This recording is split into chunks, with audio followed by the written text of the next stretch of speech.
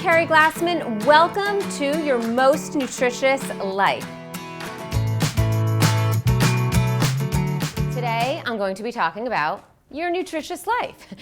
I'm going to go through what I call a nutritious life, because even though I'm a registered dietitian nutritionist and a healthy cooking expert, it's not all about the food.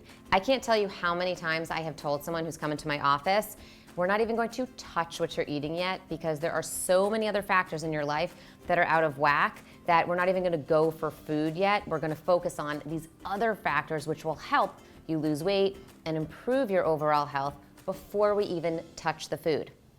You're probably thinking, yeah, like what? Exercise? I'm not even just talking about exercise.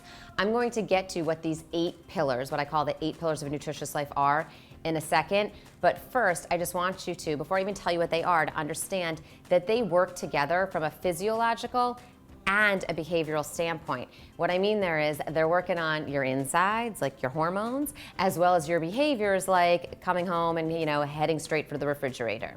So what are the 8 pillars of nutritious life? Here goes.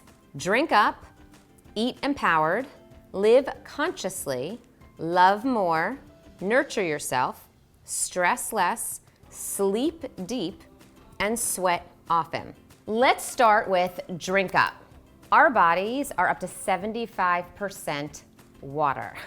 When we're not hydrated, we feel really lethargic. One of the main reasons people end up putting their head down on their desk in the afternoon is not because they're just tired and they didn't get sleep. Well, many people don't get sleep, but many times it's not because of lack of sleep. It's just because they're dehydrated. So staying hydrated is going to actually help improve your energy. It's just gonna help you feel better and be more energetic. Also, when you're properly hydrated, your metabolism can be up to 3% higher. So your whole body's just functioning better. You're working at your best. When you're properly hydrated, you're less likely to think you're hungry. So often people think they're hungry and they go to eat, but really they're just thirsty. So the next time you feel a little hungry and you think, wait, I just ate, go pour yourself a big, large glass of water and hydrate. So that's just an example of how drinking up can affect you in so many ways with your eating habits, how you feel, just about the day. So that's why you want to start drinking up. The easiest way to start doing this and keeping track of how much you're drinking is buy yourself a 32-ounce water bottle and fill it twice. There you go. You'll hit 64 ounces. It's just a really easy way to track getting in at least 64 ounces. And another thing I want you to do for drink up is drinking 2 cups of green tea a day. It's another way to get some hydration in, as well as getting those great antioxidants found in green tea. Eat empowered. It's so important to think about food in a positive way. So many of us have grown up thinking, oh, I shouldn't eat, I can't eat, or I'm gonna hold out and not eat until later, or oh, it was bad because I ate all that food. We really need to flip the switch with the way we think about eating and think about eating from an empowered place. Don't let the food control you. You're a live, real human being. That food on the plate is just some food on your plate. Do not let it control you. You control it. And it's just a matter of flipping that switch and deciding that you're in control and looking at food from a positive place. I am not one for willpower. When people say, I'm not gonna eat that, I'm not gonna eat that, it's all negative energy. Who wants to think like that? I'm not gonna do that and I'm not gonna do that. All it does is end up making you feel stressed out about not eating that. I'm not gonna have the bread, I'm not gonna have the bread. Instead of feeling empowered and feeling good. And those stress hormones, we'll get to them later. They're no good for your weight or your health either. When you sit down to a meal, I want you to feel in control and empowered. And you should be saying, I can eat this, not I can't have that. So let's just even think about dessert. It should all be about, I can eat these blueberries, not I can't have that chocolate cake. Because what happens there? You start saying, I can't have the cake, I can't have the cake, I can't have the cake. Fine, I'll have the cake. Fine, I'll have just one bite. Oh no, then I'll just eat all of it and I'll never eat again, or I won't even eat the sweet again until tomorrow, or 3 months from now. You don't want to put yourself in that position. You want to be eating from a place of empowerment. So I want you to flip that switch right now and start saying, I can have the salmon and asparagus. I can have the blueberries for dessert. And once you start doing that, you'll realize that, if you really want that chocolate cake, you'll say it from a place of empowerment. It's not, I can't have it, fine, I'll have it, and then I'll overeat it. It's, I can have that. I just had a great healthy meal. I feel wonderful, I exercised, I've been drinking lots of water. I feel good, and I'm going to and can have that small slice of chocolate cake in control, feeling empowered. And guess what? You'll probably end up only having a couple bites. Live consciously. I mean, hopefully we're always conscious. But when I'm talking about live consciously, I mean, be aware of your environment. The environment we live in can impact our mental and physical health to such a big degree.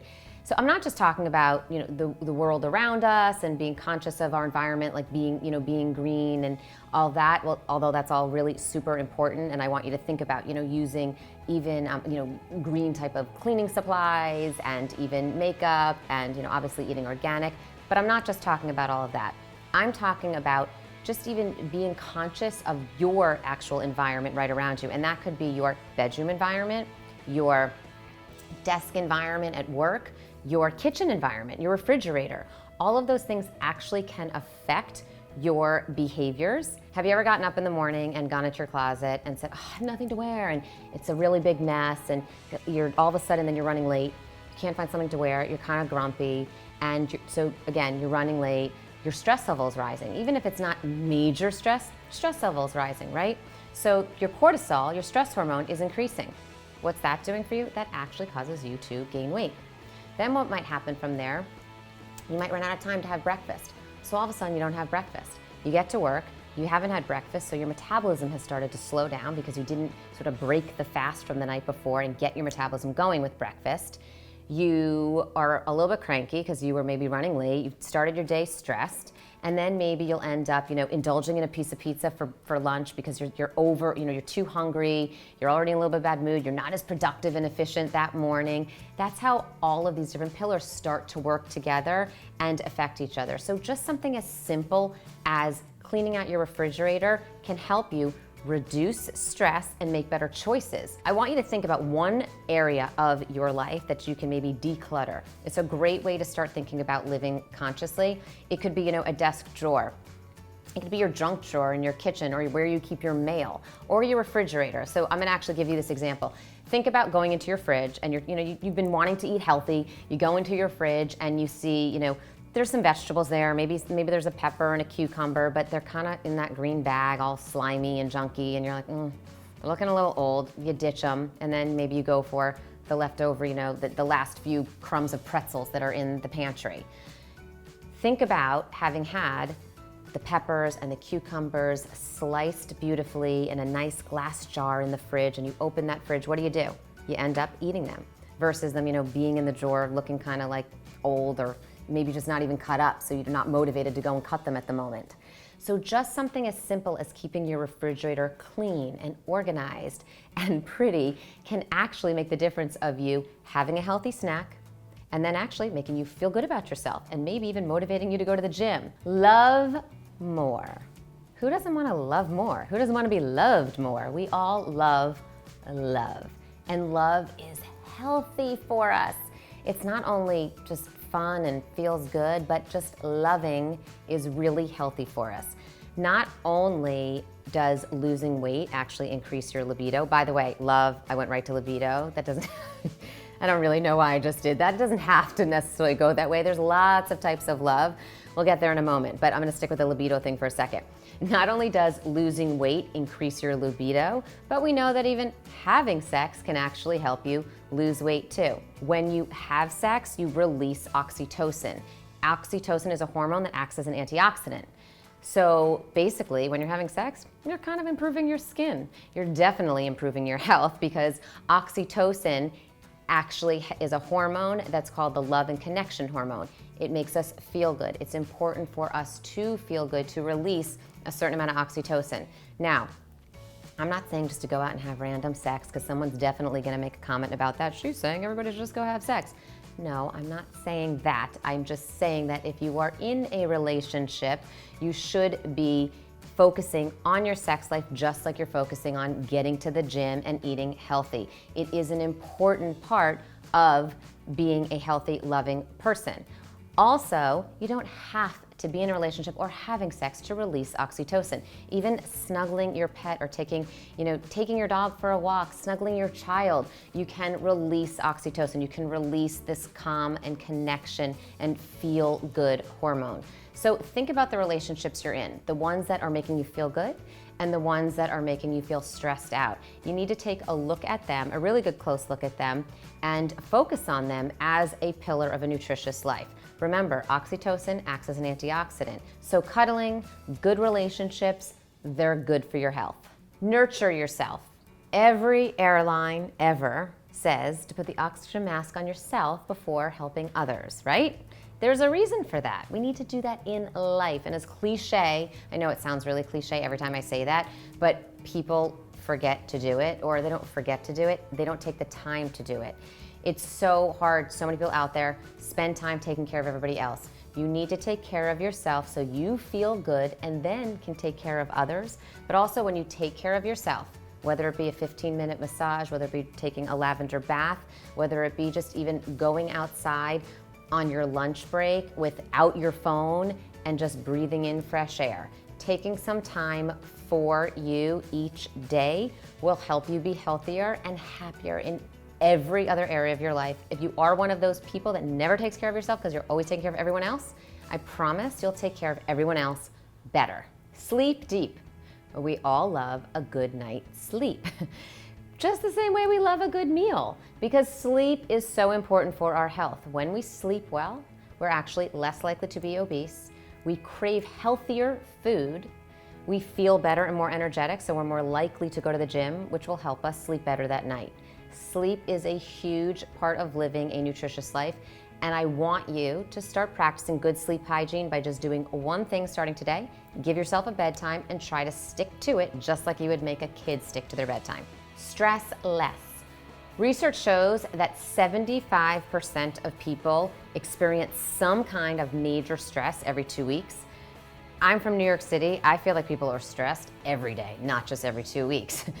And I think we all are. We all are, even if we're not stressed every day, we all are experiencing way more stress than we should. Stress is terrible for our health. It puts us at risk for everything from obesity to heart disease to high blood pressure to cancer. Stress equals bad for our health.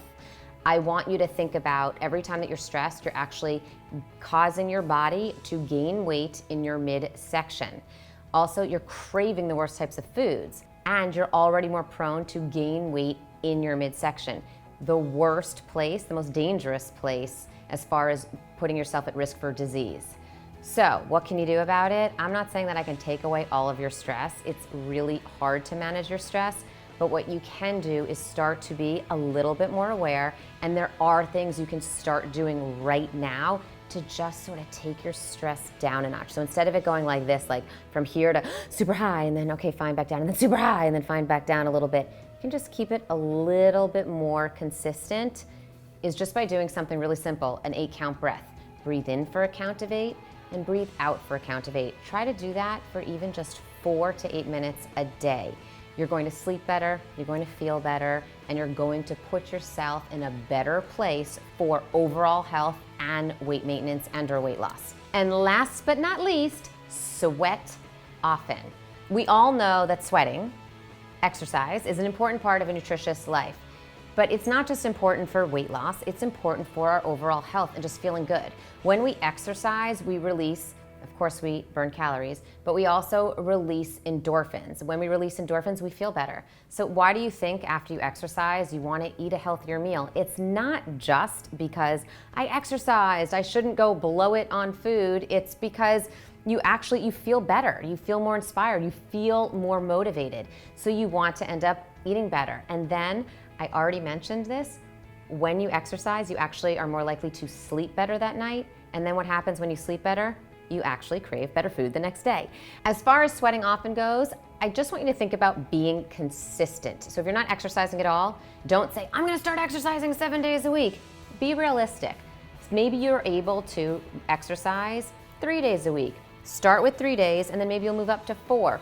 Or if you're already exercising 4, but you're kind of doing the same thing every day, maybe you start saying, you know what, I'm gonna change it up and I'm gonna add a yoga class to my routine. But be consistent with that.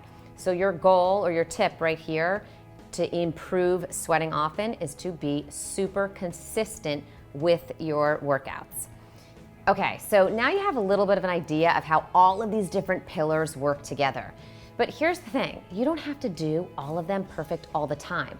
So many people think, you know, oh, I'm starting to eat well, and then I have to also exercise, and I have to sleep well, and I have to drink all my water. You don't have to do everything perfectly all the time. But I also don't want you to throw in the towel. Let's say you go on a trip for work and you are unable to get in your workouts. Maybe you're unable to get in your workouts. That doesn't mean, okay, also I'm not gonna drink water and I'm gonna go back to drinking diet soda, and I'm also not gonna worry about my sleep. And you don't throw in the towel. Keep as many pillars of a nutritious life sort of in order and consistent as possible. And then you'll never have that sort of, you know, I'm totally in a health, mode and I'm doing everything great, and oh, I'm totally like off the wagon from being healthy. All right, I'm gonna start again. I don't want you doing that. I want you living a nutritious life all the time, but that doesn't mean being perfect all the time. It means doing the best you can with all of these different pillars every day. Some days you might sleep great and drink all of your water, but maybe you weren't able to control your food as much. Or maybe one week your exercise is amazing and you're completely consistent, but your sleep was a little bit off. It's okay. Do the best you can with thinking about and taking into account all of these pillars as much as you can, and you are going to live your most nutritious life. Thanks so much for watching. I want to hear from you. Tell me how you live your most nutritious life in the comments below. I want to talk to you there, so I can't wait to hear from you. Don't forget to subscribe to the channel, and also check out the link below because there are some special offers there for you. Bye.